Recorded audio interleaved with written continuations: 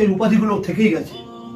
মল্লিক, তারপর মন্ডল, তারপর নস্কর, তারপর অনেক রয়েছে, অনেক টাইটেল বা উপাধিটা এখনো তারা বাদ দেননি।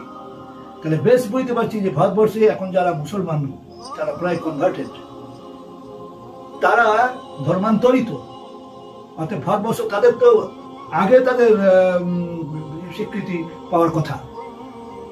আর আর্য ও তো বিদেশ থেকেই এসেছেন। তবুও সত্য কথা এটাই, যারা যেখান থেকেই আসুন না কেন, যারা এই ভারতবর্ষকে নিজের দেশ মনে করেছেন, তাদের বিদেশি বলা চলে না। সম্রাট বাবর, সম্রাট হুমায়ুন, সম্রাট আকবর, সম্রাট শাহজাহান, তারা এখানেই মানে বাস করেছেন, রাজত্ব করেছেন, আবার এখানেই মরেও গেছেন। আর ব্রিটিশ ও বিদেশি না, ব্রিটিশ বিদেশি তো অবশ্যই, তারা এখানে বাস করবার জন্য আসেননি, তারা এখানে এসেছেন লুণ্ঠন করবার জন্য।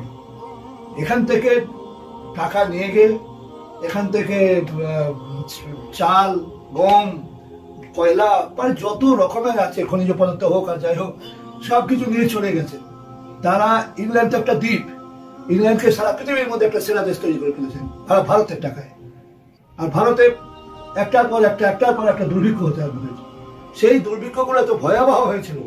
যারা কোনো দিন ভিক্ষা করতে জানতেন না, তারা শুধু রাস্তায় উপবাস দিয়ে প্রতীকের মতো খালি চলে গেছেন, যদি কেউ দেয় তাহলে কিছু খাবো, চাইতেও লজ্জাবোধ করতেন।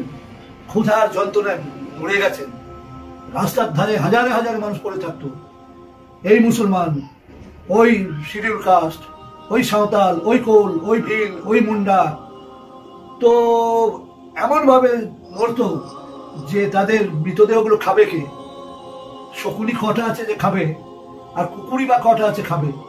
তো যখন মাংসগুলো গলে যেত, তখন কঙ্কালগুলো পড়ে থাকতো, সকালে উঠে মনে হতো যেন বরফ পড়েছে, হাড়গুলো দেখে মনে হতো যেন বরফ পড়েছে।